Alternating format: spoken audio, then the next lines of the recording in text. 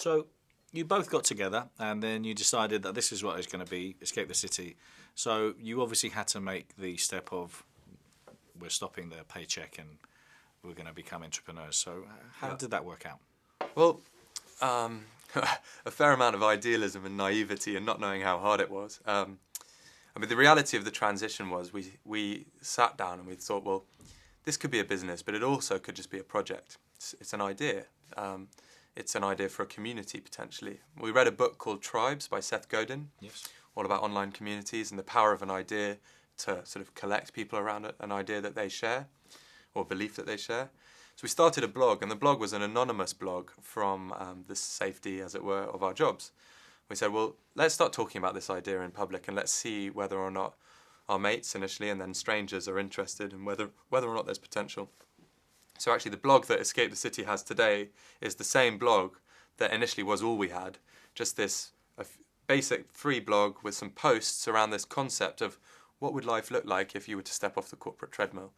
And the reaction we got to those initial moves we put out there into the world was so motivating. We got such an incredible reaction. We thought, actually, we think we're onto something here.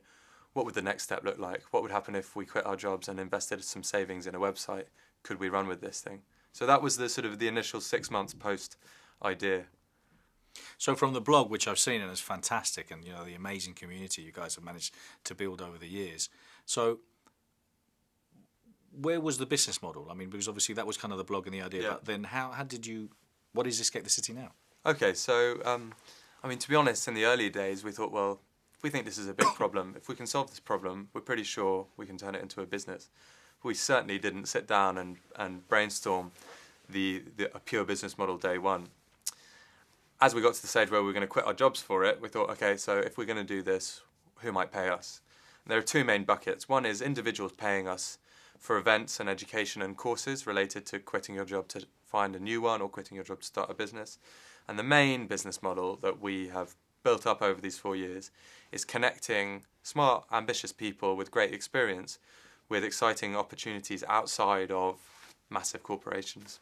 So it's a recruitment business model with a very heavy tech element whereby we're not headhunters or recruitment agents. We're building a platform whereby we're trying to matchmake people with new employers related to what those people want to do and what those employers can offer. It's kind of like dating for recruitment.